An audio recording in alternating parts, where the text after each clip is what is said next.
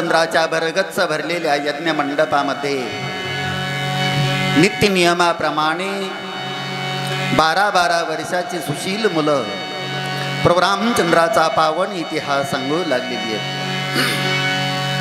स्वतः प्रभू रामचंद्र एका सुवर्ण सिंहासनावर बसलेले आणि सांगितलं, बाळांनो, पुढील चरित्र ऐकण्यासाठी आमचं अंतकरण उल्हासित झालेले. करा सुरुवात करा म्हटल्याबरोबर मुलांनी आपल्या विण्याच्या तारा जुळवलेल्या आहेत. प्रभू रामचंद्राचा मुखचंद्र पाहिला. सद्गुरू वाल्मिक ऋषीचं स्तवन करून प्रभू रामचंद्राचा पावन इतिहास सांगण्यासाठी सुरुवात केली.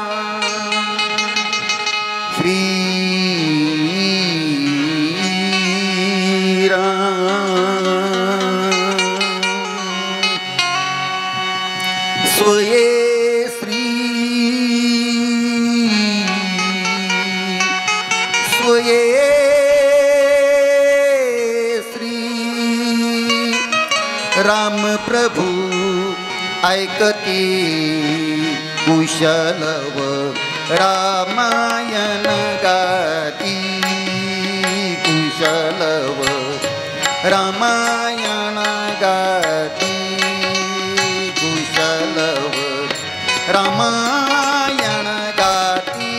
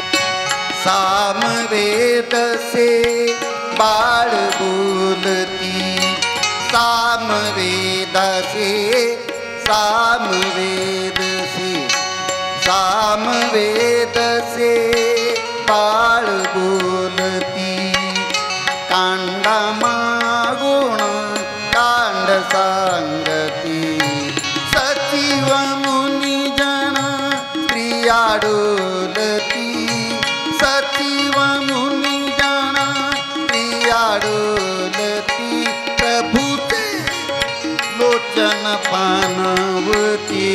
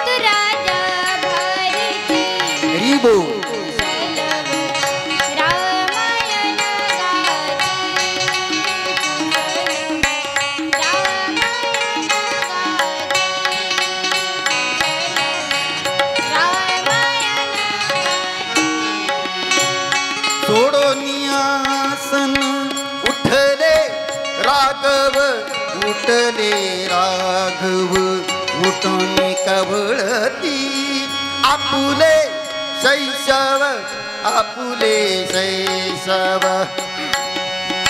प्रभू रामचंद्राच्या भरगच्च भरलेल्या यज्ञ मंडपामध्ये नित्य नियमाप्रमाणे 12-12 वर्षाची सुशील मुलं प्रभू रामचंद्राचा पावन इतिहास सांगू लागलेली आहे. काय मुलं आहेत, सुहास्य वदने, नाद ब्रह्माला लाजवणारा स्वर आहे. तापस मुनींचा वेश परिधान केलेला आहे. गळ्यामध्ये रुद्राक्षांच्या माळा घातलेल्या आहेत.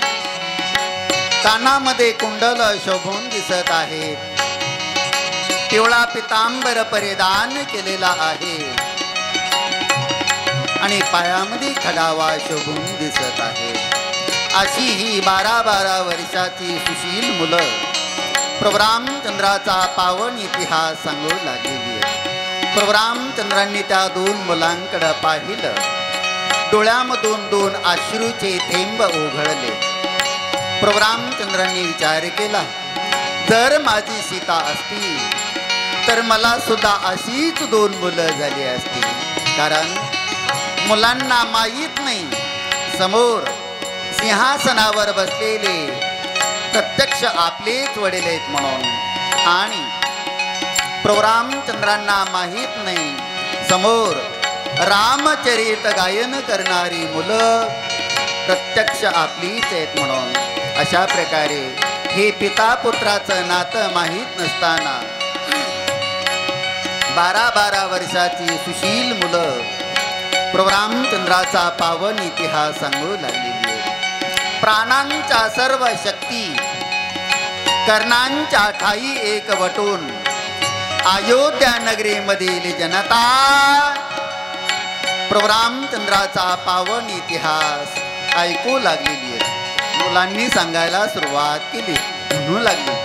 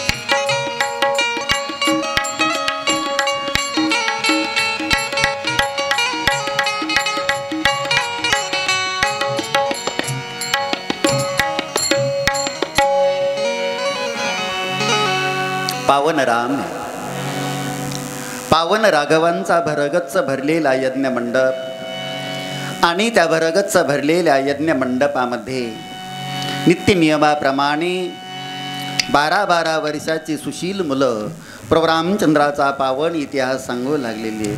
आणि काल आपल्या कथेचा भाग इथपर्यंत आलेला आहे. बोला पवार साहेब, कुठपर्यंत आलं काल रामायण?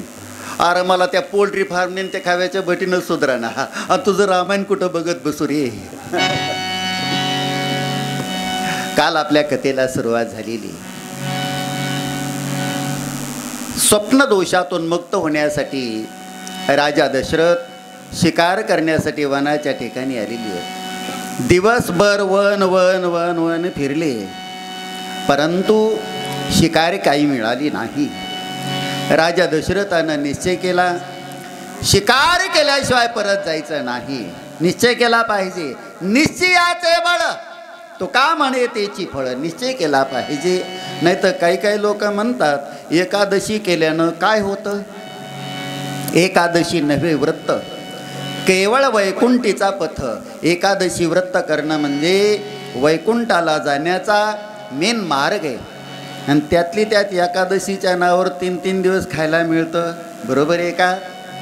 एकादशीच्या आदल्या दिवशी, दशमीच्या दिवशी घ्या चतकुर का उद्या एकादशी आहे. एकादशीच्या दिवशी या महाराजाला 2-3 किलो शाबूची खिचडी पुरत नाही. केळी, चिप्स, वेफर्स वगैरे वगैरे टचून असतं. आणि एकादशीच्या दुसऱ्या दिवशी घ्या चतकुर का काल एकादशी होते. जणू महाराज इकडे इंदापूरला सप्त्याला आल्यावर उपाशीच होते, तरी सुद्धा लोक एकादशी करत नाही. तो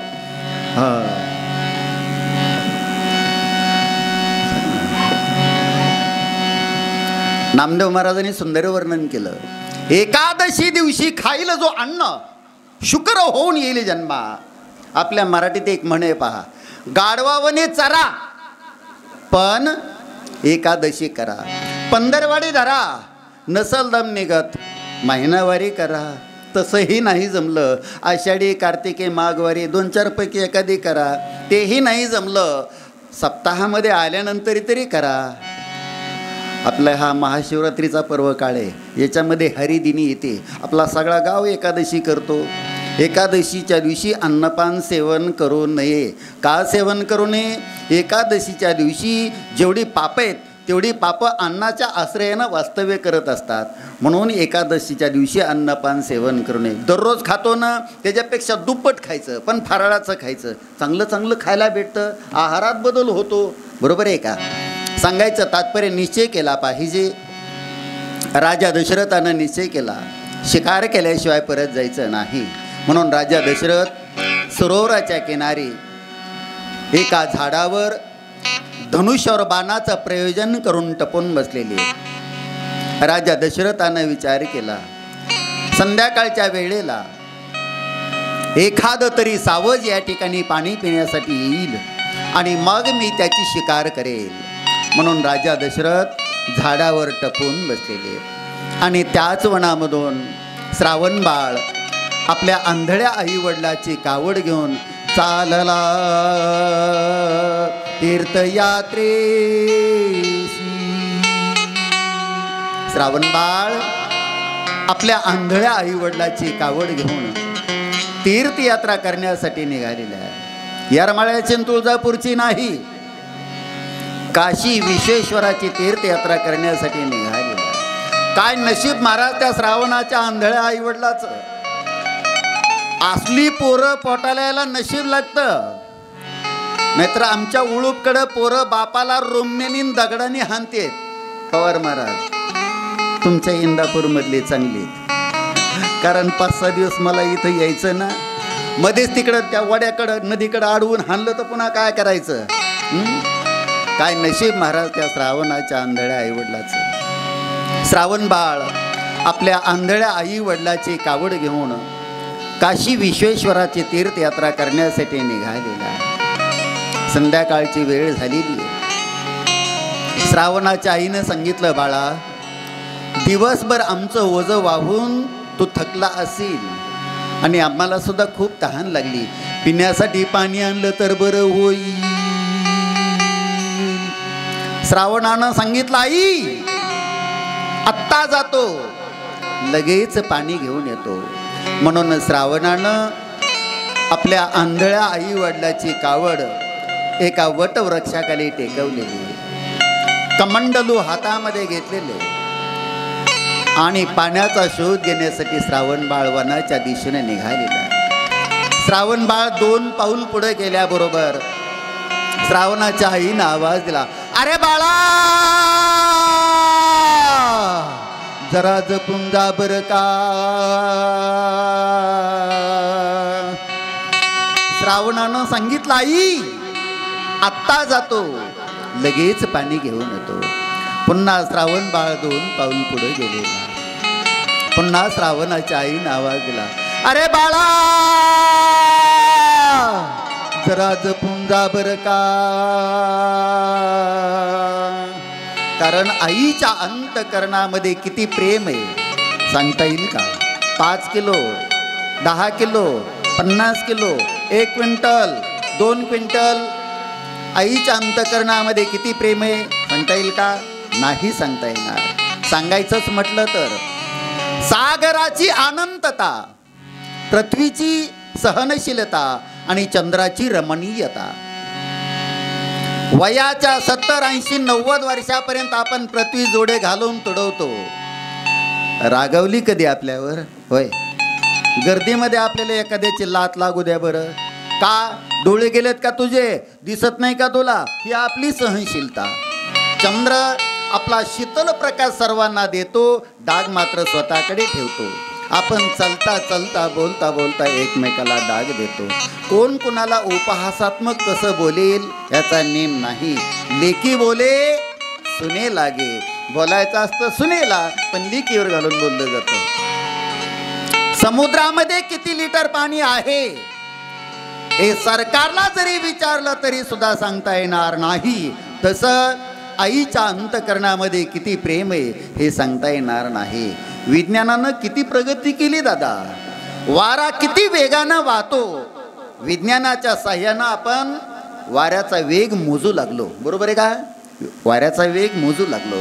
कालांतरानं विज्ञान अशी प्रगती करेल, पृथ्वीवरील प्रत्येक परमाणूची संख्या मोजता येईल, परंतु आईच्या अंतकरणामध्ये किती प्रेम आहे हे सांगता येणार नाही.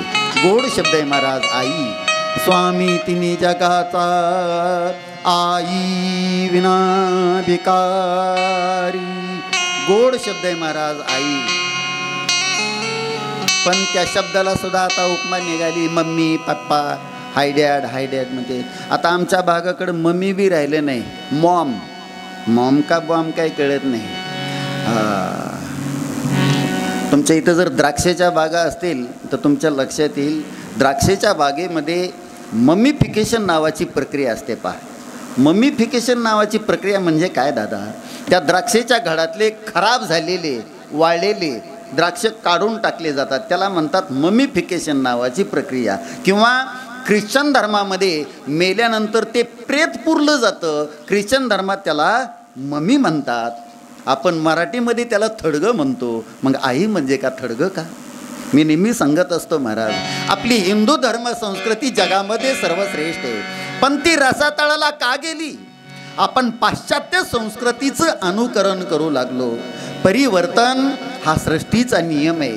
काळाच्या ओघामध्ये माणसानं बदल केला पाहिजे, पण कुठल्या गोष्टीचा स्वीकार करावा, कुठल्या गोष्टीचा त्याग करावा याचं आम्हाला तारतम्य राहिलं नाही. नको त्या गोष्टीचा आपण स्वीकार करू लागलो. बरोबर आहे का. दिल्लीतली फॅशन दुसऱ्या दिवशी गल्लीत पाहायला मिळू लागली. शोकांतिका. सांगायचं तात्पर्य आईच्या अंतकरणामध्ये किती प्रेम आहे हे सांगता येणार नाही. सांगायचंच म्हटलं तर शांती ब्रह्मनाथ महाराजांनी सुंदर वर्णन केलेले. व्याली जाणेचे वेदना, वांजेशी न कळे हे चिन्ह. जी आई झाली ना तिला माहिती आहे आईच्या अंतकरणामध्ये किती प्रेम आहे. गोड शब्द आहे महाराज. श्रावणानं सांगितलं, आई आत्ता जातो, लगेच पाणी घेऊन येतो. म्हणून श्रावण बाळ हातामध्ये कमंडलो घेतलेले आणि पाण्याचा शोध घेण्यासाठी वनाच्या दिशेने निघालेला. Shravan Bal one one one one फिरला, परंतु पाणी काही मिळालं नाही. एवढ्यामध्ये उत्तर दिशेकडून थंड हवेची झुळूक आलेली आहे. श्रावणानं अंदाज काढला, ज्या आरती उत्तर दिशेकडून थंड हवेची झुळूक आलेली आहे त्या आरती या दिशेला नक्की पाणी असायला पाहिजे. अनुमान प्रमाण, प्रत्यक्ष प्रमाण, शब्द प्रमाण, अनुमान प्रमाण, अनुमिती, अनुपलब्धी, एकूण 6 प्रकारची प्रमाण आहेत. विचारसागरामध्ये त्याचं सुंदर वर्णन आलेले. प्रत्यक्ष प्रमाण म्हणजे डोळ्यानं पाहणं, कानानं ऐकणं, याला म्हणायचं प्रत्यक्ष प्रमाण. काही काही लोक प्रत्यक्ष प्रमाणवादी असतात. जे दिसतं त्याचं अस्तित्व मान्य करतात, जे दिसतच नाही त्याचं अस्तित्वच मान्य करायला तयार नसतात. म्हणून नास्तिकवाद जास्त झाला, निगेटिव्ह थिंकिंग. प्रत्यक्ष प्रमाण. शब्द प्रमाण म्हणजे एखाद्यानं सांगितलेल्या शब्दावर विश्वास ठेवून विशिष्ट त्या प्रकारची कृती करणे, याला म्हणायचं शब्द प्रमाण. आपणाला फोन येतो तुम्हाला मुलगा झाला म्हणून, त्या शब्दावर विश्वास ठेवून आपण इकडं लगेच पेढे वाटायला सुरुवात करतो, शब्द प्रमाण. अनुमान प्रमाण म्हणजे अंदाज काढला पाहिजे. ज्या आरती पूर्व दिशेकडून धुराचे लोटच्या लोट येताना दिसतात त्या आरती या दिशेला नक्की अग्नी असायला पाहिजे. जिथं धूर आहे तिथं अग्नीचं वास्तव्य असणारच की. का अग्नी नसताना धूर निघतो पाटील? भूकंपाचा सोडून द्या. किंवा आपण सगळे ग्रामीण भागातले ना, 2 मित्र पाऊल वाटेनं चाललेले होते. शेतामध्ये पाऊल वाटा असतात पा. 2 मित्र पाऊल वाटेनं चाललेले होते. पीटर, त्यातला एक आंधळा होता आणि एक आपल्यासारखा धडधाकट होता. रस्त्याच्या कडेला शेंदाडाचा येल होता. त्या डोळस माणसाने सांगितलं आंधळ्याला, ए आंधळ्या तू इथंच थांब रे, आपल्याला शेंदाडं खायला घेऊन येतो. आंधळा म्हणला, चल म्हणला, कशाला त्या शेंदाडाच्या नादाला लागतोस, कडूत. लोक शेंदाडाच्या नादाला लागत नाहीत, बरोबर का? आंधळ त्या आंधळ म्हणले, आयता आणलेलं खायचं सुद्धा जेवर आलं तुझ्या. त्यानं ऐकलंच नाही, त्या आंधळ्याला तिथंच सोडलं. गेला, ही किसाभर, ही किशाभर, ही किशेभर, सगळे खिशे भरून शेंदाडं घेतली. शेवटी एक शेंदाड काढलं आणि खाऊन पाहिलं तर कडूच लागलं. आंधळ्याकडं आला, ए आंधळ्या कसं काय ओळखलं रे ते शेंदाड कडूत म्हणून? अरे रस्त्यानं चाललो आपण, रस्त्याच्या कडेला शेंदाडाचा येले, जर गोड असती असल्या बारक्या बारक्या लेकरांनी ठेवली असती का तिथं? अंदाज काढला पाहिजे आणि माणसानं जीवनात बदल केला पाहिजे. पिकली या शेंडे, हा कडू पण गेले. शेंदाडात बदल होता वा, आपल्यात होऊ नये. काय शोकांती काय, शेंदाड सुरुवातीच्या अवस्थेत रंगानं कसं असतं पाहिलं नाही का कधी? शेंदाड कसं असतं रंगानं? शेंदाडाचा रंग कसा असतो? हिरवा असतो का? मध्ये एक पट्टा असतो पिवळा. म्हणजे कसं असतं रंगानं? हिरवं पिवळं.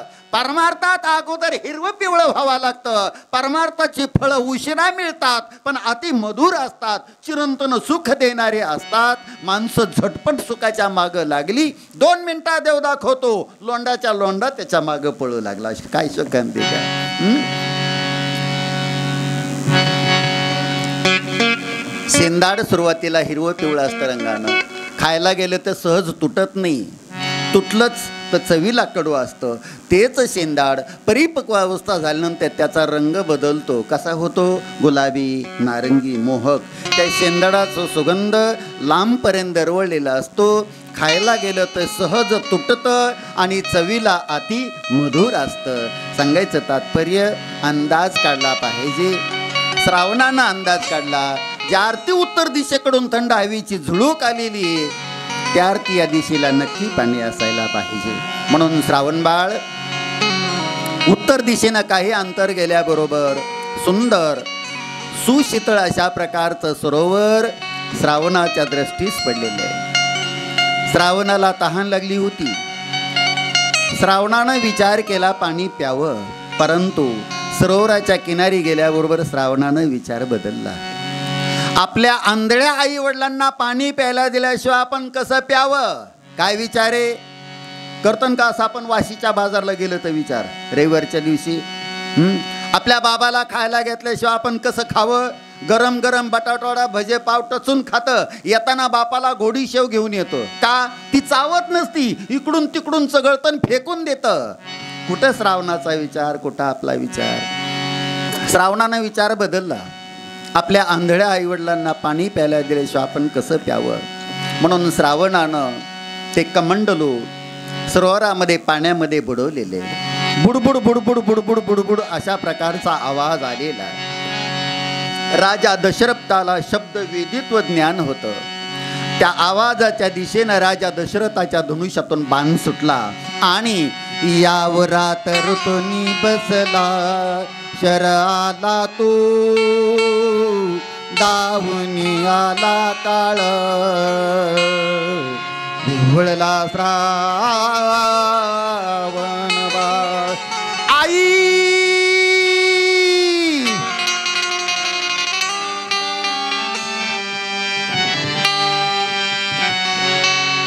आवाजाच्या दिशेनं राजा दशरथाच्या धनुष्यातून बाण सुटलेला. श्रावणाच्या हृदयाच्या ठिकाणी बाण लागल्याबरोबर श्रावण बाळ धाडकन जमिनीवर कोसळलेला. रक्ताच्या थारोळ्यामध्ये श्रावण बाळ पडलेला. राजा दशरथाच्या कानावर शब्द आलेले. राजा दशरथाच्या काळजाचं पाणी पाणी झालं. अरे रे, कुणीतरी मानव माझ्या बाणाला बळी पडलेला दिसतो. म्हणून राजा दशरथ झाडावरून खाली येऊन पाहतात तर 12 वर्षाचा सुशील अशा प्रकारचा मुलगा रक्ताच्या थारोळ्यामध्ये पडलेला. राजा दशरथाने विचारला, रे बाळा, कोण तू, कुठून आलास? आलास तो आलास आणि माझ्या बाणाला कसा रे बळी पडलास? श्रावणानं सांगितलं, राजा बोलायला माझ्याजवळ वेळ नाही राजा, माझा प्राण कंटाळी आलेला आहे. राजा, माझी शेवटची इच्छा पूर्ण कर. माझे आंधळे आई वडील त्या वटवृक्षाखाली माझे वाट पाहत बसलेले, त्यांना एवढं पिण्यासाठी पाणी नेऊन दे. एवढं बोलून श्रावणानं प्राणत्याग केलेला. राजा दशरथ पाण्याचं कमंडोलं घेऊन ज्या वृक्षाखाली श्रावणाचे आई वडील वाट पाहत बसले होते त्या वृक्षाच्या दिशेने निघालेली. झाडाच्या जवळ जवळ आल्याबरोबर चाहूल लागली. आंधळे हुशार असतात, बरोबर का? आंधळे हुशार असतात. चाहूल लागल्याबरोबर श्रावणाच्या आईनं आवाज दिला, अरे बाळा, कसा रे उशीर केला? परंतु राजा दशरथ काही बोलायला तयार नाही. का? बोलावं तर भांडवल उघडं पडतं. राजा दशरथ काय बोलायला तयार नाही. त्यावेळेस श्रावणाच्या आईनं बोलायला सुरुवात केली, अरे बाळा, या वयामध्ये आम्ही तुझं पालन पोषण करायला पाहिजे, ते सोडून आमचं पालन पोषण करण्याची वेळ तुझ्यावर आली म्हणून तू रागावलास की काय? तू जर बोलला नाहीस तर आम्ही पाणी सुद्धा पिणार नाही.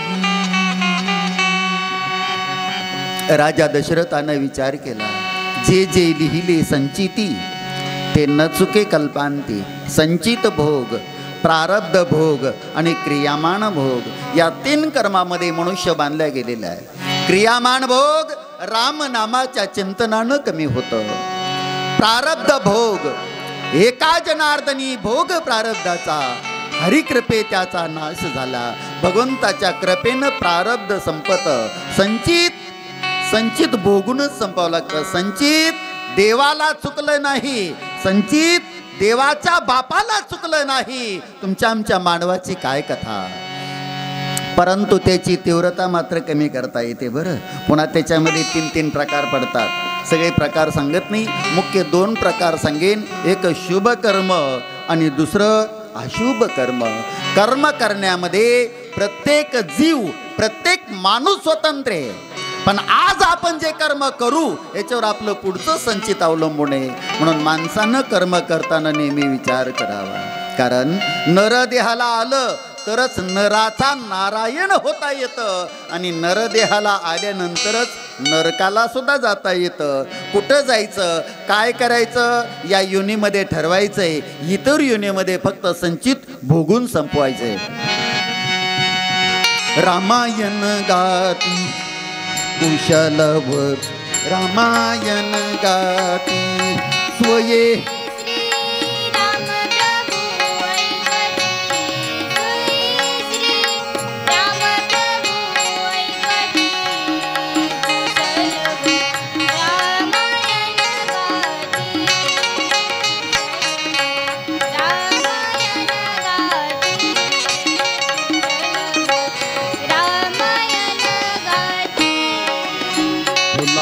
परीते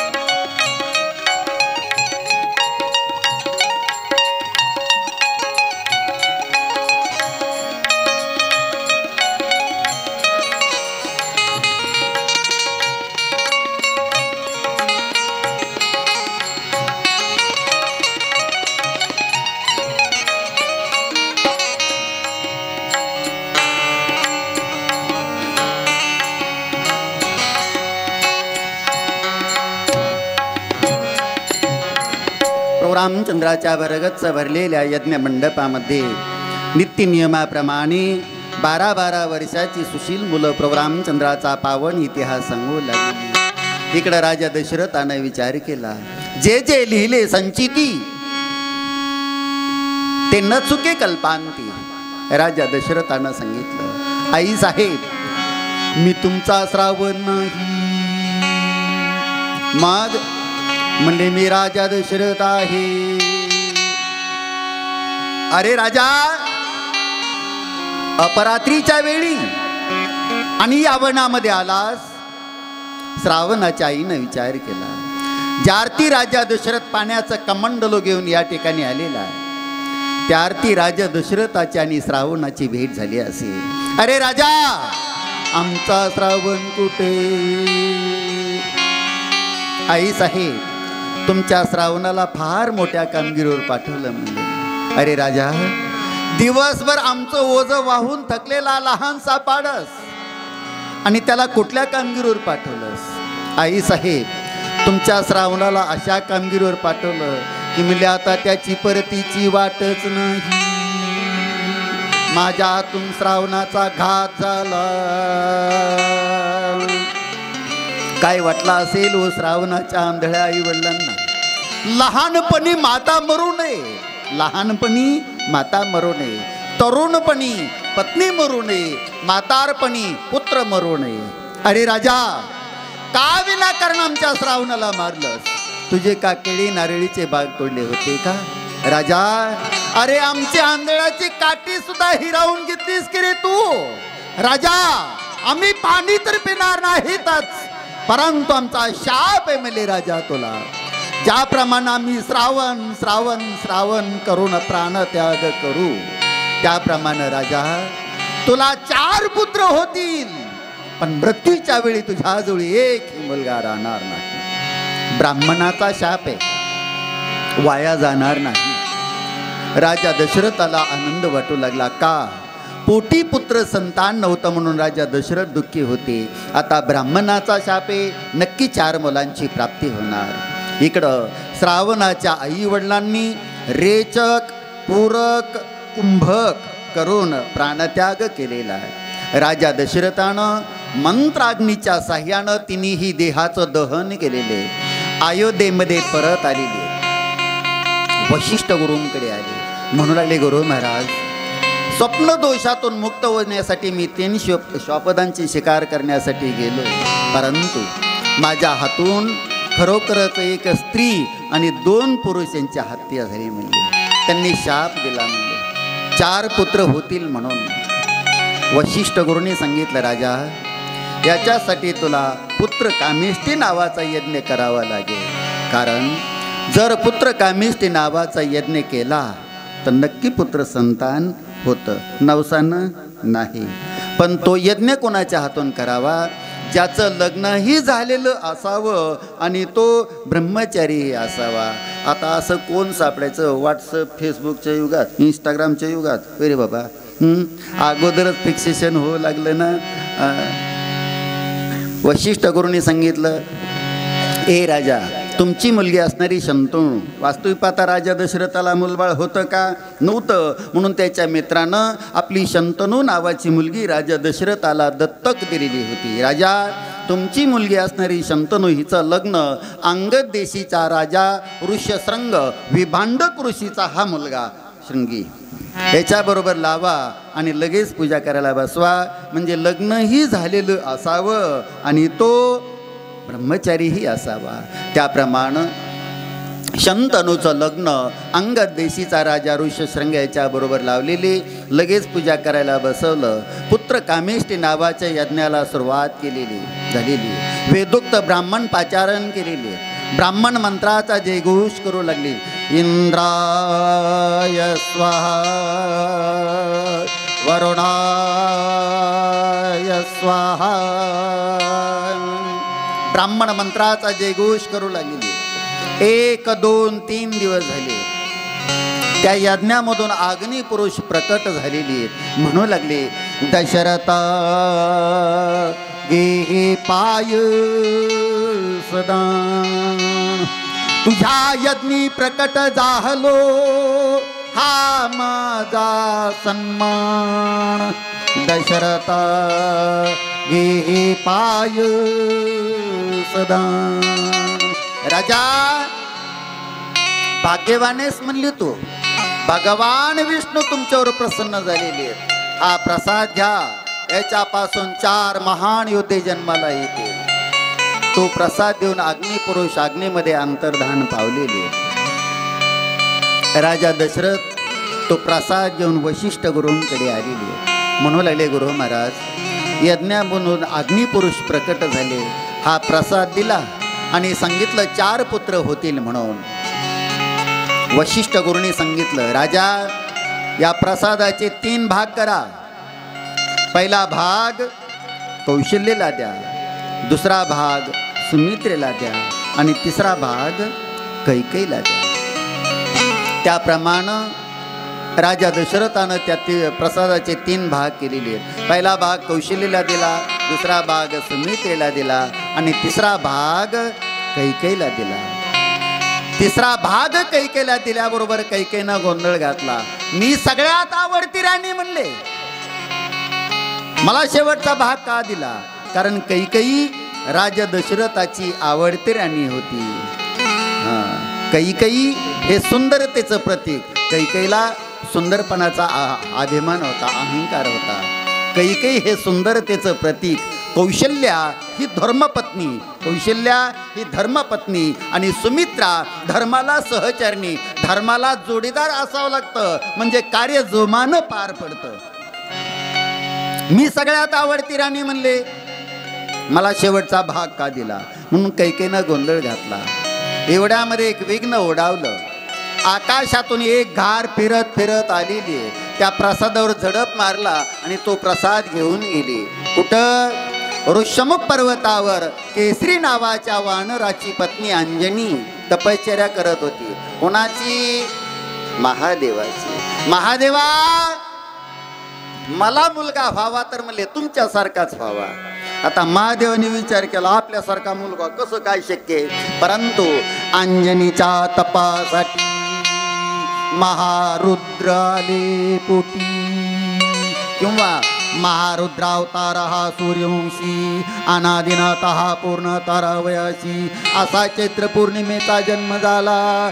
नमस्कार माझा या मारुतीला. अंजनीच्या तपाचं सामर्थ्य इतकं वाढलं की महादेवाला अंजनीच्या उदरामध्ये मारुतीच्या रूपामध्ये जन्म घ्यावा लागला. इकडं कैकेयीनं गोंधळ घातला. प्रसाद घार घेऊन गेले. म्हणले, आता मुचा नशिबी नंदन नाही. प्रसाद घार घेऊन गेली.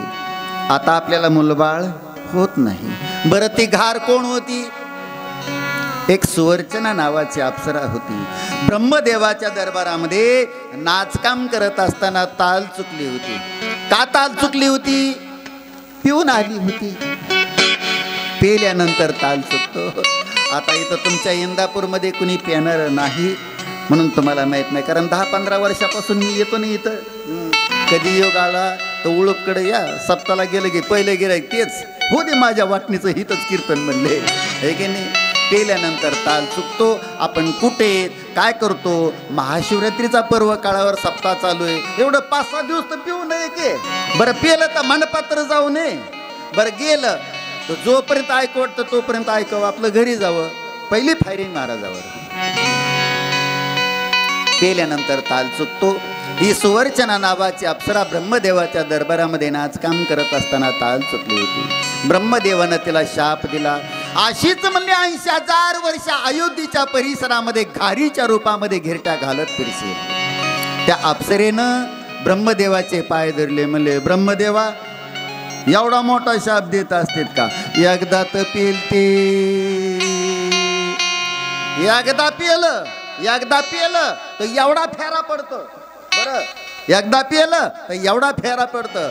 जे कायम पेते त्या पेताडाचा आपण विचार सुद्धा करू नये. का? म्हातारपणापर्यंत ते टिकत नाही हो, 20-25 मध्येच कुचूक.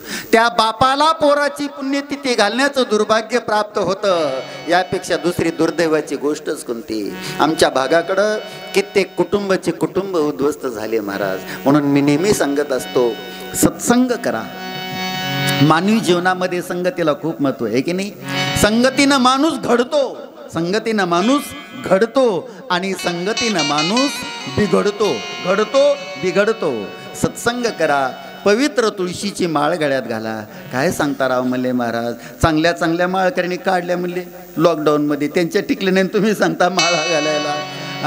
नसल माळ घालू वाटत नका घालू. खाऊच वाटत असेल खा, कशाचं बी खा, कच्चं सुद्धा खा, किमान पिऊ नका.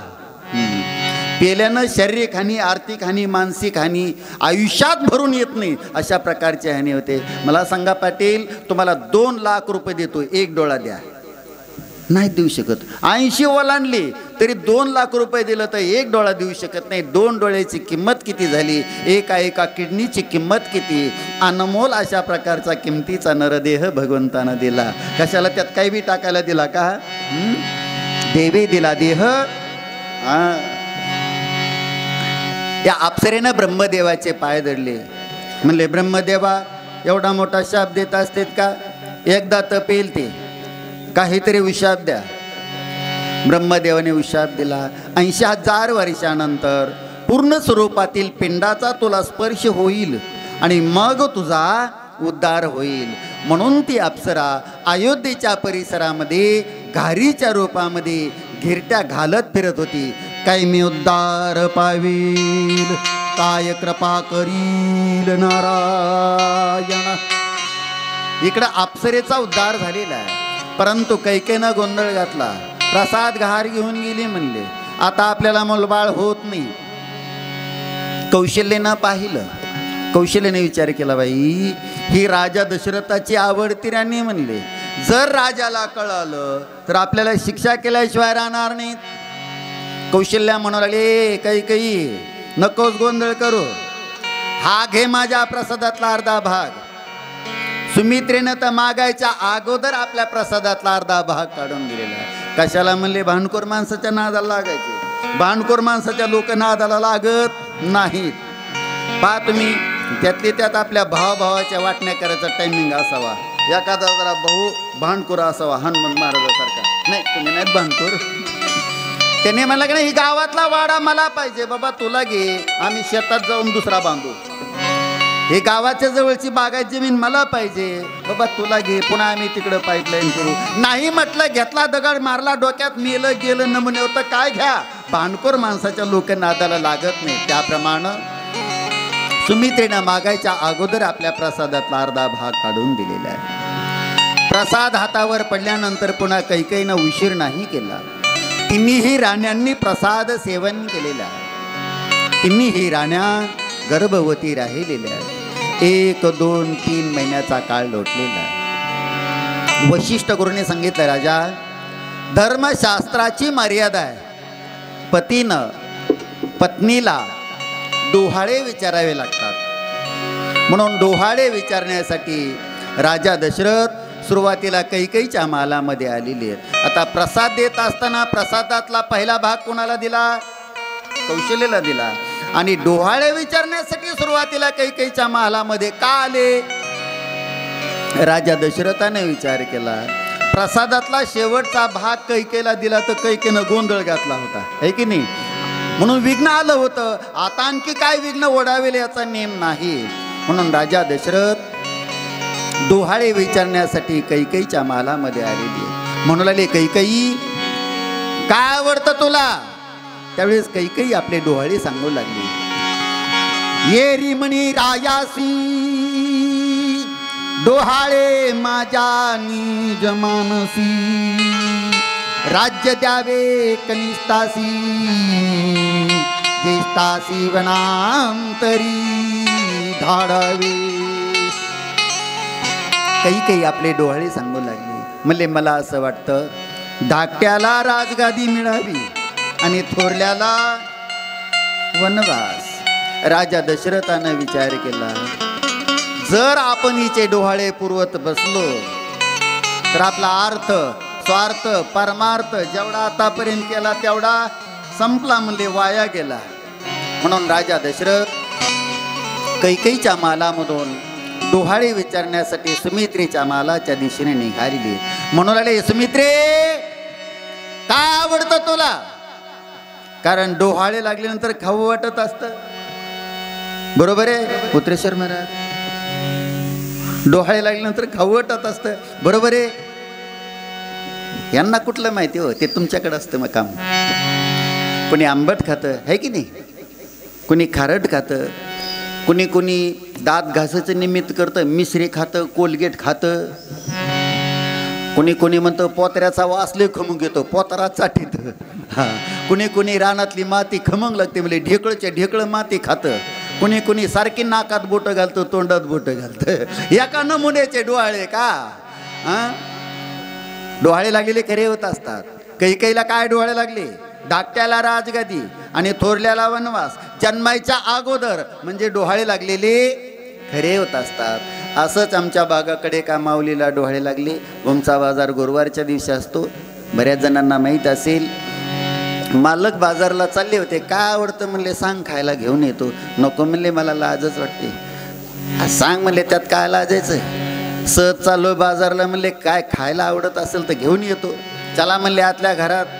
मालकाला आतल्या घरात नेलं. सांग म्हणले, काय वाटतं? म्हणले, मला असं वाटतं तुमच्या डोक्यातच दगड घाला. दादा तसंच झालं. त्या माऊलीला मुलगा झाला आणि तो मुलगा मोठा झाल्यानंतर त्या मुलानं बाप डोक्यात दगड घालूनच मारला. सत्य कथा आहे, काल्पनिक नाही. म्हणून तुम्ही सुद्धा डोहाळ्यावर ध्यान ठेवा. डोहाळे काय लागतील याचा नेम नाही. राजा दशरथ सुमित्रेच्या महालामध्ये आलेली आहेत. म्हणून सुमित्रे काय आवडतं तुला? त्यावेळी सुमित्रा आपले डोहाळे सांगू लागली. ज्येष्ठाची ज्येष्ठ सेवा ती मज द्यावी नपदेवा. मला म्हणले फक्त थोरल्याची सेवा करायला मिळावी. नावडे राजभोग वैभव, नावडे सिंहासन, नावडे भोगस्थान, मान सन्मान नावडी. मला म्हणले राज्य, वैभव, धन, दौलत, इस्टेट काही नको, फक्त थोरल्याची सेवा करायला मिळावी. राजा दशरथाला खूप आनंद वाटू लागला. सुमित्रे किती सुंदर डोहाळे लागले म्हणले तुला. राजा दशरथ सुमित्रेच्या महालामधून डोहाळे विचारण्यासाठी कौशल्याच्या महालाच्या दिशेने निघालेली आहे. आता कौशल्या उदरामध्ये परब्रह्माची मूर्ती नाचू लागलेली आहे. म्हणून कौशल्या ते रूप पाहण्यामध्ये तल्लीन झाली होती. कारण ते रूप पाहावे गे बाई पाहावे तरीच जन्माला यावे. जन्माला आलं तर ते रूप पाहावं लागतं. ते रूप पाहायचं असेल तर सद्गुरूला शरण जावं लागतं. सद्गुरूला शरण गेल्यानं काय होतं? 184चा फेरा चुकतो. पण ते गुरु सुद्धा तसेच असावे लागतात बरं. नाहीतर आजकाल गुरुचं शिष्याचं नाही सांगितलेलं बरं. भलतं प्रस्थ चाललेले, स्वतःचं प्रस्थ वाढण्यासाठी कोण कशी समाजाची दिशाभूल करेल याचा नेम नाही. दररोज वेगळा संप्रदाय आपणाला पाहायला मिळू लागला, हे की नाही. या गावात आपले 100 शिष्य आहेत. काय सांगितलं काय माहिती? शिष्याला माहित नाही आपल्याला गुरु काय सांगून गेले ते, आणि गुरुला माहित नाही शिष्य आपल्या पाठीमागं काय काय कुटाने करत फिरते ते. गुरु हो लालची लोभीचेला, दोनो नरक मी टेलमटेला. किंवा गुरु गावात स्वाऱ्या करी, शिष्य नदीला जाऊन किंवा मंत्र तंत्र उपदेशिती, ते गुरु आहे ती आई ती. मग जो सत्य वस्तूचं दर्शन घडवून देतो भगवान श्रीकृष्ण, त्याशी सद्गुरू मानी मी नाही. भगवान श्रीकृष्ण सत्य वस्तूचं दर्शन घडवून देणाऱ्याला सद्गुरू म्हणावं, मग तो कोणीही असो. कौशल्या ते रूप पाण्यामध्ये तल्लीन झाली होती. राजा दशरथ कौशल्याच्या मालामध्ये आलेले आहेत. राजा दशरथानं आवाज दिला, कौशल्य मी आलो.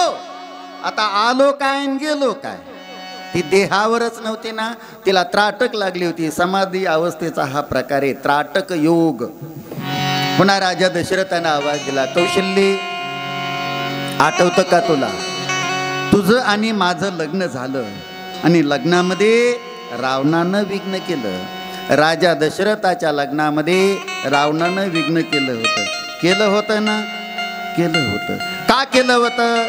रावणानं ब्रह्मदेवाला विचारलं, ब्रह्मदेवा माझं मरण कुणाच्या हातून आहे? त्यावेळेस ब्रह्मदेवानं सांगितले, हे राजा, आज राजाच्या पोटी राजा दशरथ जन्माला येणार, राजा दशरथाच्या पोटी राम जन्मणार आणि त्या रामाच्या हातून तुमच्या राक्षसाच्या कुळाचा नायनाट होणार. रावणानं विचार केला, जर या राजा दशरथाचं लग्नच नाही होऊन दिलं तर राम कुठून जन्मन? म्हणून रावणानं राजा दशरथाच्या लग्नामध्ये विघ्न केलं होतं. रावण हा शब्द कौशल्याच्या कर्णपटलावरून अंतकरणावर पटलावर गेल्याबरोबर कौशल्या डोहाळी सांगू लागली, मी पूर्ण ब्रह्म आहे. गो ब्राह्मणाचं प्रतिपालन करणं, दुष्टाचं निर्दालन करण्यासाठी माझा अवतार आहे. बोल हनुमंताला, लंका जाळू, राक्षसांच्या शिरांची चेंडूपळी खेळू. चेंडूपळी 2020 IPL चॅम्पियन ट्रॉफी उद्या आहे. भारत पाक 2020. राजा दशरथ 2 पाऊल माग सरकले. काय कौशल्या बडबड करू लागली, हिच्या पोटी एखादं भूत पित्त जन्माला येऊ नये. राजा दशरथ वशिष्ठ गुरूंकडे आलेली आहेत. म्हणू लागले, गुरु महाराज पहा म्हणले कौशल्या काय बडबड करू लागली. राजा दशरथ वशिष्ठ गुरूंना घेऊन कौशल्याच्या मालामध्ये आलेली आहेत. वशिष्ठ गुरूंनी कौशल्याची अवस्था पाहिली आणि वशिष्ठ गुरूंना सुद्धा समाधी लागली. कारण भगवंताचं दर्शन होणं म्हणजे सामान्य गोष्ट आहे का? वशिष्ठ गुरूंनी आपली समाधी अवस्था उतरवलेली आहे. सांगितलं, राजा भाग्यवानेस म्हणले तू. कौशल्याच्या उदरामध्ये परब्रह्माची मूर्ती नाचू लागलेली आहे. तुला देवाचा बाप होण्याचं भाग्य प्राप्त झालं.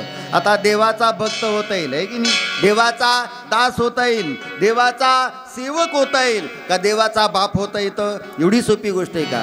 राजा भाग्यवानेस म्हणले तू, तुला देवाचा बाप होण्याचं भाग्य प्राप्त झालं. कौशल्याच्या उदरामध्ये परब्रह्माची मूर्ती नाचू लागलेली. वशिष्ठ गुरूंनी कौशल्याची समाधी अवस्था उतरवलेली. पूर्ण 9 महिने 9 दिवसाचा काळ लोटलेला.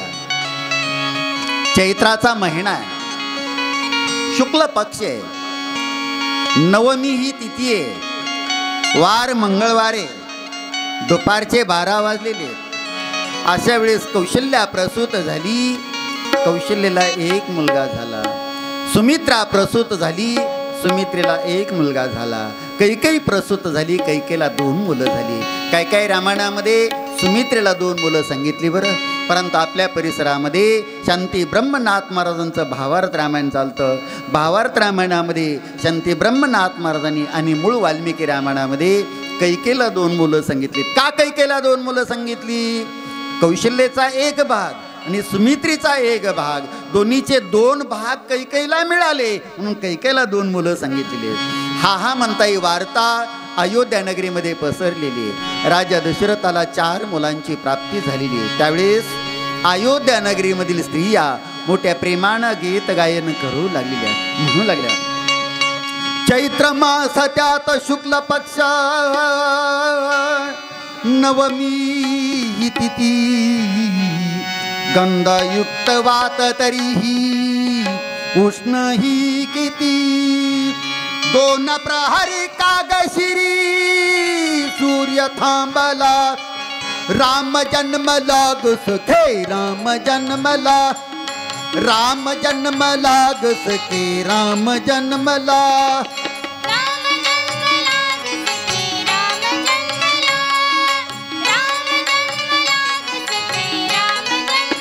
जन्मला राम जन्मला ग सखे राम जन्मला राम जन्मला ग सखे राम जन्मला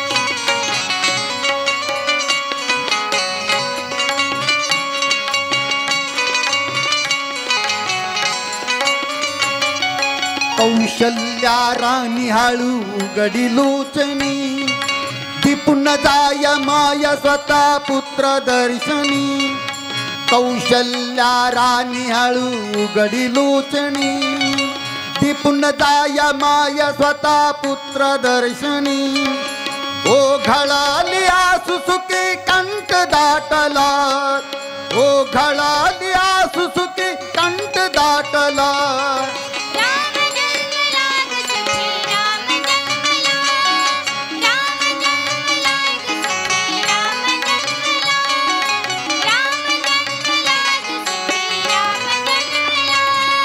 पुष्पांजली फेकी कुणी कुणी भूषणी हास्यानी लोपविली शब्द भाषणी.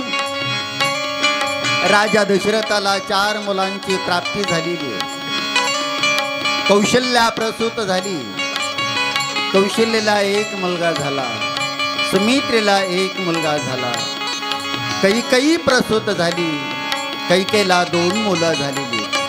हा म्हणता ही वार्ता अयोध्या नगरीमध्ये पसरलेली आहे. राजा दशरथाला 4 मुलांची प्राप्ती झालेली आहे. स्वर्गामधून देवांनी पुष्पांचा वर्षाव करायला सुरुवात केलेली. त्यावेळेस अयोध्या नगरीमधील स्त्रिया मोठ्या प्रेमानं गीत गायन करू लागले.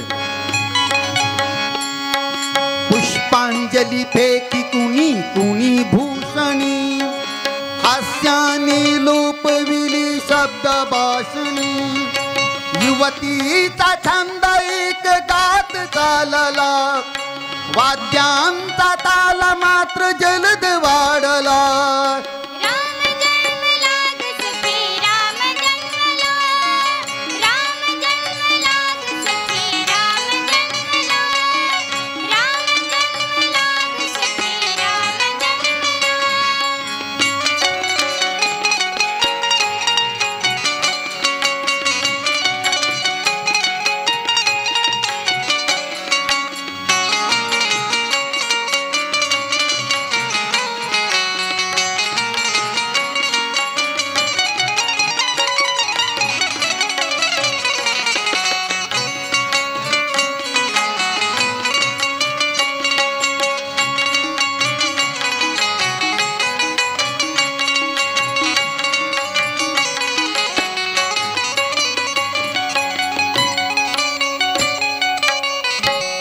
प्रकारे राजा दशरथाला 4 मुलांची प्राप्ती झालेली. अयोध्या नगरीमध्ये प्रभू रामचंद्र अवतरल्याचा आनंद आहे. अयोध्येच्या हटविधी सवे जाडती महासिद्धी रंगमाळा गाली विधी गुडिया तोरले उभवी. अयोध्या नगरीमध्ये प्रभू रामचंद्र अवतरल्याबरोबर अष्टमहासिद्धी झाडलोट करायचं काम करू लागलेली आहेत. ब्रह्मदेव रांगोळ काढायचं काम करू लागलेली आहेत. अयोध्या नगरीमध्ये प्रभू रामचंद्र अवतरल्याचा आनंद आहे. गुड्या तोरणं उभारलेली आहेत, कारण गुढी उभारणं हे आनंदाचं प्रतीक मानलं जातं. आता गुढीच्या शुभ मुहूर्तावर काही विघ्न संतोषी लोकांनी काही आघोरी कृत्य केलं, त्याला गुढीचा काय दोष? अयोध्या नगरीमध्ये प्रभू रामचंद्र अवतरल्याचा आनंद आहे. परंतु लंकेमध्ये अपशकुन होऊ लागलेली आहेत. राम जन्मला अयोध्यापुरी तव विजू पडे लंकेवरी भूस्फोट नगरद्वारी भूकंप नगरी त्रिपुटेशी. अयोध्या नगरीमध्ये प्रभू रामचंद्र अवतरल्याचा आनंद आहे. परंतु लंकेमध्ये अपशकुन होऊ लागली. कडकड कडकड कडकड कडकड कडकड कडकड कडकड अशा प्रकारे वीज चमकू लागलेली, भूकंप होऊ लागलेली आहेत. एवढंच नाही, मंदोदरीची गळसरी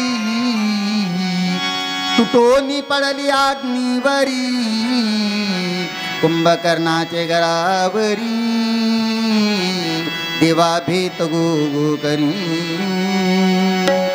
रावणाची पत्नी असणारी महान पतिव्रता मंदोदरी, तिच्या गळ्यातील गळसरी तुटून अग्नीमध्ये पडून भस्मसात झाली अपशकुन.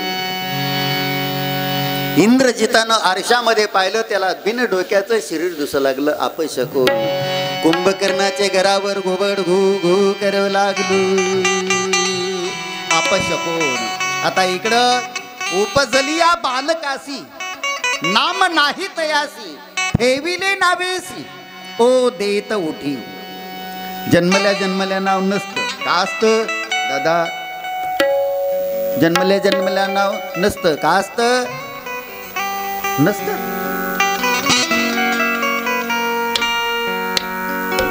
तुझं तू बघ. जन्मल्या जन्मल्या नाव नसतं का असतं? कसं आहे? नसतं. नसतं तर नसतं. जन्मल्यानंतर कुर्र करून पाठीत बुक्या वगैरे घालून नाव ठेवलं. त्याचं नाव आहे, त्याचं काय नाव आहे? बारसं. कितव्या दिवशी? 12व्या दिवशी. 13व्या 14व्याचे वेगवेगळे कार्यक्रम असतात, त्याचा आपला इथं काही संबंध नाही. आता 1-2 वर्षानं जर आपणाला मूलबाळ झालं तर कमी आनंद होतो का आपणाला? आपण काय करतो, 1-2 किलो पेढे घेतो, एक एक एक एक वाटतो. कमी पडायचा अंदाज दिसला की अर्धा करायचा, त्याच्यापेक्षा शॉर्टी झाला की सगळंच भोगा करायचा, थोडा थोडा वाटायचा. मग राजा दशरथाला बऱ्याच वर्षानंतर 4 मुलांची प्राप्ती झालेली, कमी आनंद वाटत असेल का? मोठ्या ताटामाटामध्ये नामकरण सोहळा पार पडलेला आहे. वशिष्ठ गुरूंनी 4ही मुलांचं नामकरण केलं. राम, लक्ष्मण, भरत आणि शत्रुघ्न. नाव कुणी ठेवावं? झोपलेल्या मावशीनं. कुणी नाव कुणी ठेवावं? आत्याबाई का महिला मंडळ? महिला मंडळानं. पण ते शास्त्राला मान्य नाही. नाव हे पुरुषानं ठेवलं पाहिजे, हे की नाही? वशिष्ठ गुरूंनी 4ही मुलांचं नामकरण केलं. आपल्याकडे महिला मंडळ असतं नाव ठेवण्यासाठी, आणि त्यातली त्यात मानकरीण कोण असते? आत्याबाई. कशाला? भुक्या खाऊनच हिचं पोट भरतं व तिला जागेवरून उठायचं सुद्धा कळत नाही. बाकीच्या येतात, मेवा खातात, निघून जातात, ही जागेवरच बसलेली असते. मोठ्या ताटामाटामध्ये नामकरण सोहळा पार पडलेला आहे. त्यावेळेस अयोध्या नगरीमधील स्त्रिया मोठ्या प्रेमानं म्हणू लागलेल्या आहेत, बाळा जोजोरे कुलभूषणा दशरथ नंदना बाळा जोजोरे बाळा जोजोरे कुलभूषणा दशरथ नंदना बाळा जोजोरे.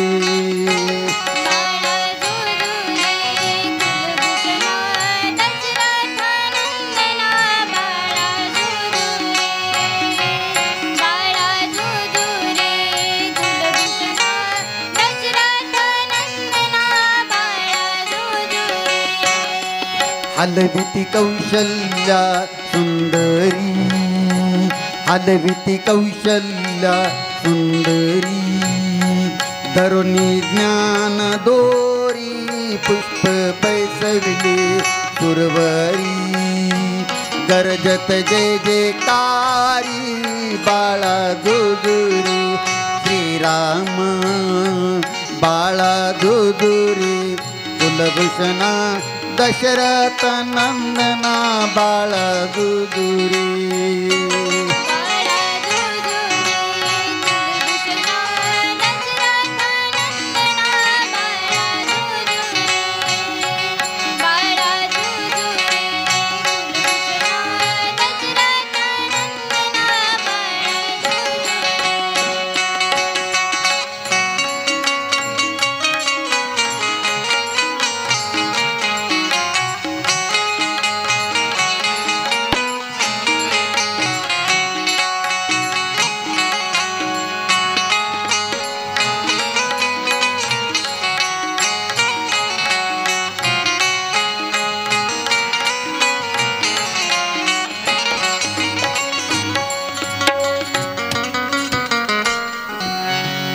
मोठ्या थाटामाटामध्ये नामकरण सोहळा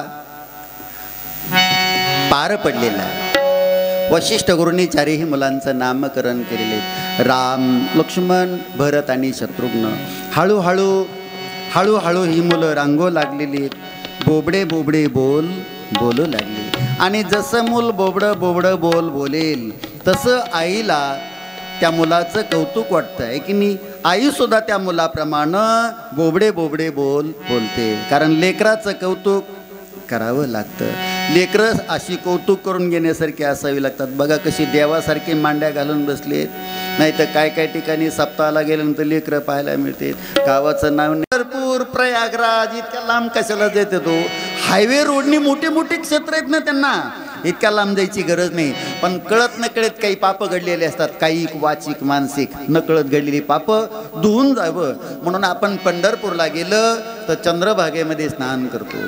परंतु चंद्रभागेमध्ये पाप करणारे लोक कमीत का? आपल्यापेक्षा मोठ्या मोठ्या मण्याच्या माळा घातलेल्या असतात. गंधसुद्धा आपल्यापेक्षा मोठा असतो. वेशभूषण आणि केशभूषण तर काय कळतच नाही. आंघोळ करून नुसतं कपडे लत्ते बॅग सगळ्या गायब, आंतरवस्त्र सुद्धा ठेवत नाहीत.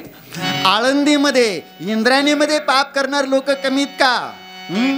तो विश्व शांती केंद्राचा 1 किलोमीटरचा परिसर सोडा आणि त्या बंधाऱ्याच्या वरती जाऊन पहा, जाळी आणि गळ घेऊन बसलेलीच येत नाही लोक पाप. आता प्रयागराजमध्ये कमीत का तशी लोक. मग हे पाप कुठं धुवून जाता हो? हे पाप कुठंच धुवून जात नाही. काही काही पापा अशी रात्रंदिवस भजन करा, गाथे मुकदगत करा, नाही तर ज्ञानेश्वरी कोळून प्या. काही काही पापा अशी ते चुकत नाहीत दादा, संचित रूपामध्ये भोगूनच संपवावे लागतात.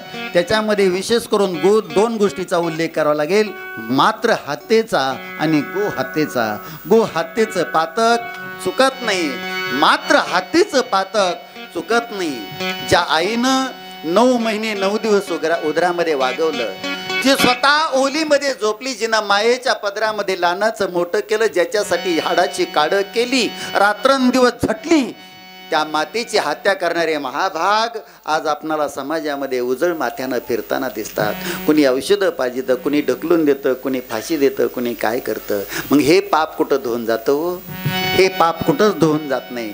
संचित रूपामध्ये भोगूनच संपवावं लागतं. तुम्ही म्हणताना ह्याला पुरावा काय? रेणुका मातेचा आणि जमदाग्नी ऋषीचा तपासून पहा. म्हणून मी नेहमी सांगत असतो, आई वडिलाचा चांगल्या प्रकारे सांभाळ करा. घरी अडचण होत असेल, शेतामध्ये ठेवा, गोठ्यावर राखण होईल. शेतामध्ये अडचण होत असेल, हाकलून द्या, अनाथ आश्रमात नेऊन सोडा, सांभाळतील लोक.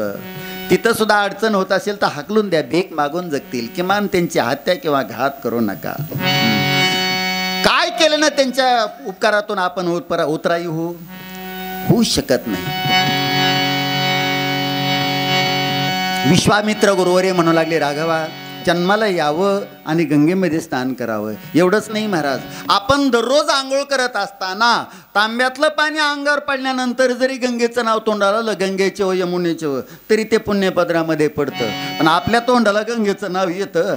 थंडीच्या दिवसात तांब्यातलं पाणी अंगावर पडल्यावर तोंड येडं वाकडं करतं. हा हा हा हा हु वाचे म्हणता गंगा गंगा सकल दोष जाती भंगा. विश्वामित्र गुरुवर्य राम आणि लक्ष्मण यांना घेऊन गंगेमध्ये स्नान करू लागलेले.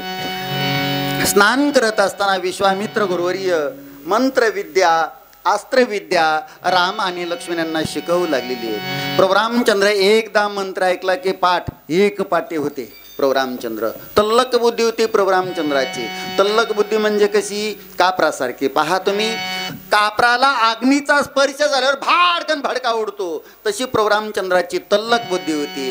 नाही तर काय काय जणांची बुद्धी असते पारांशीच्या गौरीसारखी, रानातली खांड दुपून दुपून दुपून जळते. 10 परीक्षा देतात पण एकाच वर्गात बसतात. म्हणून आता शासनाने ही टिकेटी चालू केली. पूर्वीच्या काळात 12वीच्या पुढं BA BCom BSc MA MCom MScला ही तिकिटी होती. 12वीच्या पुढं जे काय डिग्री असतील तिथं हे तिकिटी म्हणजे काय दादा, 1-2 विषय गेलं तरी पुढच्या वर्गात प्रवेश, असं तरी कसं तरी. आता 5 नापास बंद झालं, पहिलीपासूनच ही तिकिटी चालू झाली. श्रेणी पद्धत निघाली ना, 1 2 3, 1 मध्ये अबक, 2 मध्ये अबक, 3 मध्ये अबक. 5 नापास बंद झालं. काही काही जणांची अशी गोरीसारखी बुद्धी असते, काही काही जणांची कापरासारखी तल्लक बुद्धी असते. या दोन्ही बुद्ध्या बऱ्या. काही काही जणांची शेण बुद्धी असते. पा शेण बुद्धी, शेण बुद्धी माहिती का तुम्हाला? शेण शेण पाहिलं का कधी? शेण काडी वडायची आणि त्या शेणावर टाकायची, भाडकन भडका उडतो. नाही आपण ग्रामीण भागातले शेण तर ओळखीचं आहे ना, माहित आहे ना, त्यात काहीच बदल होत नाही. ती बुद्धी काहीच उपयोगायची नाही. प्रभू रामचंद्राची तल्लक बुद्धी होती. एकदा मंत्र ऐकला की पाठ एक पाठी होते. मंत्रविद्या अस्त्रविद्या विश्वामित्र गुरुवर्यांनी राम आणि लक्ष्मणांना शिकवली आणि आपल्या आश्रमाच्या दिशेने निघाले. विश्वामित्र गुरुवर्यांनी विचार केला, आपण यांना मंत्रविद्या अस्त्रविद्या शिकवली, यांच्यामध्ये किती उतरली, परीक्षा पाहावी. म्हणून एका अवघड अशा अरण्यातून वाट काढलेली आहे. ज्या वनामध्ये ताडका किंवा त्राटिका नावाची राक्षसीन राहत होती. पुढं काही अंतर गेल्याबरोबर समोरून अक्राळ विक्राळ रूप धारण करून त्राटिका राक्षसीन आलेली. विश्वामित्र गुरुवरे म्हणू लागले, राघवा जोड जनी कर्मका सोड रे सायका मारे त्राटिका रामचंद्र. राघवा तिचा नायनाट करा. पातीचे डोळे किती लाल बंद आहेत. तप्ता रक्त पाहता हिची लोचनी करपल्या वल्लरी करपली काननी आतुला बल गर्विता मूर्त क्रूरता हे घृणा पाहता क्रूर मुद्रा मारई त्राटिका रामचंद्र. राघवा तिचा नायनाट करा. नायनाट करा म्हटल्याबरोबर प्रभू रामचंद्राने धनुष्यावर बाणाचं प्रयोजन केलेले. प्रभू रामचंद्राच्या धनुष्यातून बाण सुटल्याबरोबर त्राटिका राक्षसनीचा नायनाट झाला. तिची निर्विकल्प अवस्था झाली. निर्विकल्प अवस्था कधी होते? राम बाण लागल्याशिवाय निर्विकल्प अवस्था होत नाही. मनाला ताब्यात घेतल्याशिवाय निर्विकल्प अवस्था होत नाही. आणि मन का कोणाचं ताब्यात राहत नाही. इथं रामकथा ऐकत बसलं, पण काय काय जणांचं शेतात जाऊन आलं असं, सगळीच घरची हितं आलीत. दरवाजा उघडा का काय, सगळीच आलीत. काही काही जणांचं मुंबई पुणे दिल्ली कलकत्त्याला जाऊन आलं गेलं म्हणून तर आलं. मनाचा खूप वेग आहे. 10 चंचलामध्ये मनाचा प्रथम क्रमांक लागतो. संकल्प विकल्प करी हे मन. संकल्प आणि विकल्प हे मनाचे 2 दलाल आहेत, द्वैताचे दलाल. जसं जनावराच्या बाजारात 2 दलाल असतात की नाही, ते जनावर घेणाराला आणि जनावर देणाराला मिळच लागू देत नाहीत. ह्याच्याकडून बी शिकारा आणि त्याच्याकडून बी शिकारा. शिकारा म्हणजे 100. त्यांची भाषा आपल्याला कळत नाही. शिकारा उन्हापद गिरी पंजी जोड असं भलती भाषा. हे द्वैताचे दलाल. तसं मनाला बायका सुद्धा 2 आहेत. एक प्रवृत्ती आणि दुसरी निवृत्ती. आता प्रवृत्तीचा विस्तार वेगळा निवृत्तीचा विस्तार वेगळा. प्रवृत्तीची मुलं कोणती? काम, क्रोध, मद, मत्सर, दंभ, अहंकार ही प्रवृत्तीची मुलं. आणि मुली आशा, मनशा, भोली, भ्रांती, तृष्णा, कल्पना, इच्छा, वासना वगैरे वगैरे ही प्रवृत्तीची मुलं आणि मुली. आता निवृत्तीचा विस्तार वेगळा. निवृत्तीची मुलं कोणती?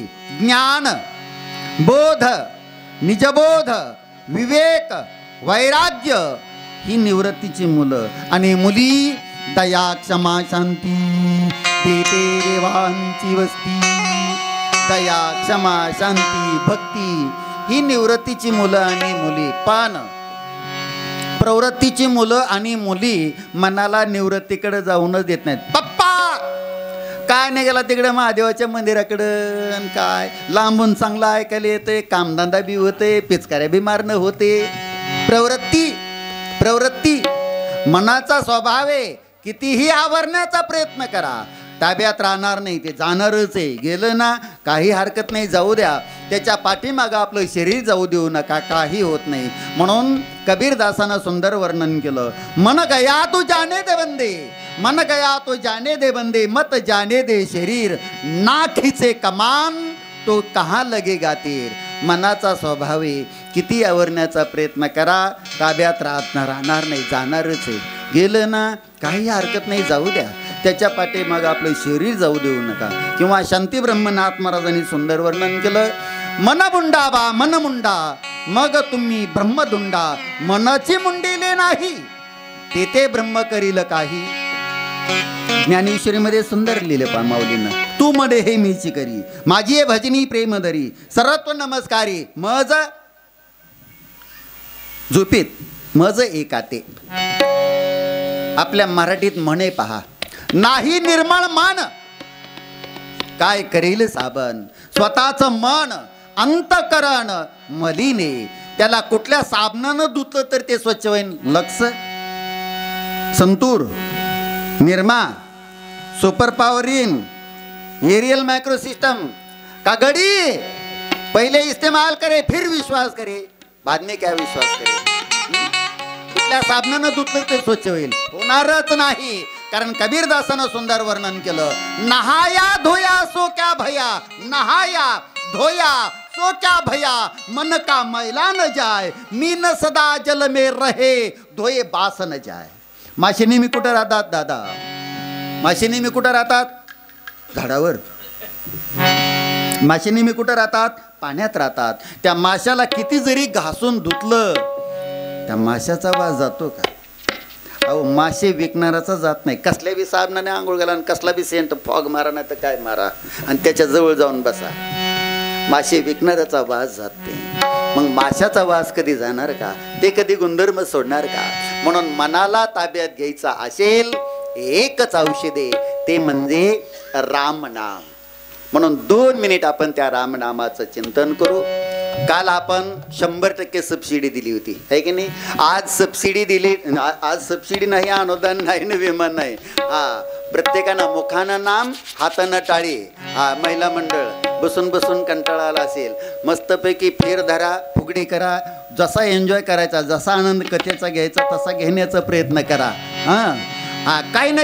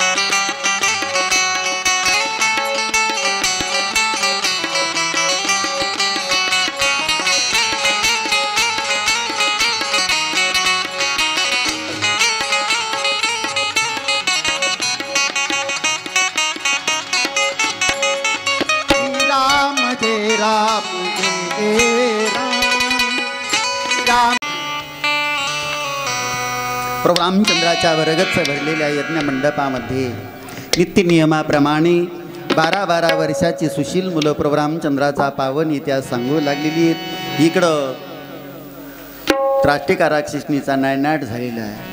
विश्वामित्र गुरुवारांची खात्री पटली, नक्की प्रभू रामचंद्राच्या हातून आपल्या यज्ञाचं संरक्षण होणार. म्हणून विश्वामित्र गुरुवर्य राम आणि लक्ष्मण यांना घेऊन आपल्या आश्रमाच्या दिशेने निघालेली आहेत. वेळ भरपूर झालेला आहे की नाही. सप्ताहामध्ये वेळेचं बंधन असतं. आणखी प्रवचन होणारे ना, पुन्हा हरिपाठ होणारे. कसं आहे, शाळा किती जरी उशिरा भरली ते वेळेवर सुटली पाहिजे आहे की नाही. भरायला जितका उशीर होईल तितकं चांगलं, पण सुटली पाहिजे वेळेवर. आपण या ठिकाणी थांबू. आज कथेच्या माध्यमातून आपण प्रभू रामचंद्राचा जन्मोत्सव साजरा केला धावत्या वेगामध्ये. काल सांगितलं होतं सुंटावडा वगैरे वगैरे आणा म्हणून. बऱ्याच महिला मंडळानं आणला, पण काहींच्या आठवणीतच नाही, लक्षातच नाही. आज जरी कुणी आणलं नसेल तर नका आणू. उद्या कथेच्या माध्यमातून आपण सीतेचं स्वयंवर, सीता स्वयंवर अर्थात राजा दशरथाच्या 4 मुलांच्या लग्नाचा सोहळा साजरा करणार आहोत. राम, लक्ष्मण, भरत आणि शत्रुघ्न. धर्म, अर्थ, काम आणि मोक्ष हे 4 पुरुषार्थ. सीता, उर्मिला, श्रुतिकीर्ती आणि मांडवी.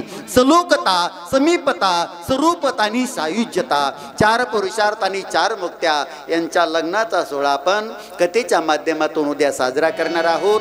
आज आपली ही जाहीर पत्रिका, बरं पाटील, नाही तर पुन्हा रुसून बसताना कुठं आपल्याला पत्रिका दिली, कशाला जायचं त्याच्या लग्नाला. आज ही जाहीर पत्रिका. जरी काल आज कुणी आलं नसलं उद्या तरी चल बाबा म्हणावं, पण रिकामं यायचं नाही. बरं, रिकामं यायचं नाही. महिला मंडळ उद्या रुकवत आणायला विसरू नका. रामाच्या लग्नामध्ये रुकवत आला होता. रुकवतामध्ये काय आलं होतं काकी? लाडू आले होते. सोकलाकरी खायला. कोणचे लाडू आले होते? विषयांचे लाडू. विवेके वाढिले फोडू फोडू. शब्द, स्पर्श, रूप, रस आणि गंध या विषयाचे लाडू विवेकाशिवाय फुटत नाही. या विषयानं भल्या भल्याला वाटायला लावलं. आता लाडू करून नाही आणता आले तर नका आणू.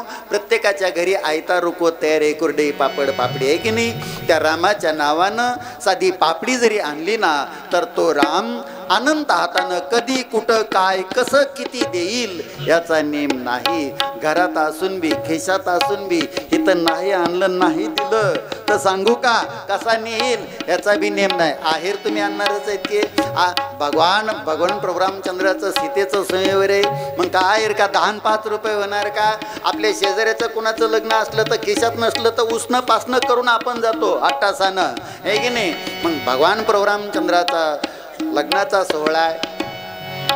आहेर करणं हे प्रेमाचं प्रतीक आहे. बरं, त्याच्यातून प्रेम व्यक्त होतं. म्हणून उद्या रिकामं कुणी येऊ नका. यथाशक्ती यथामती घेऊन येण्याचा प्रयत्न करा. लय मोठ्या मोठ्या भेटवस्तू आणू नका. कुठं घेऊन जाऊ पुन्हा? आपण या ठिकाणी थांबू. इथून पुढील कथेचा भाग उद्याच्या कार्यक्रमामध्ये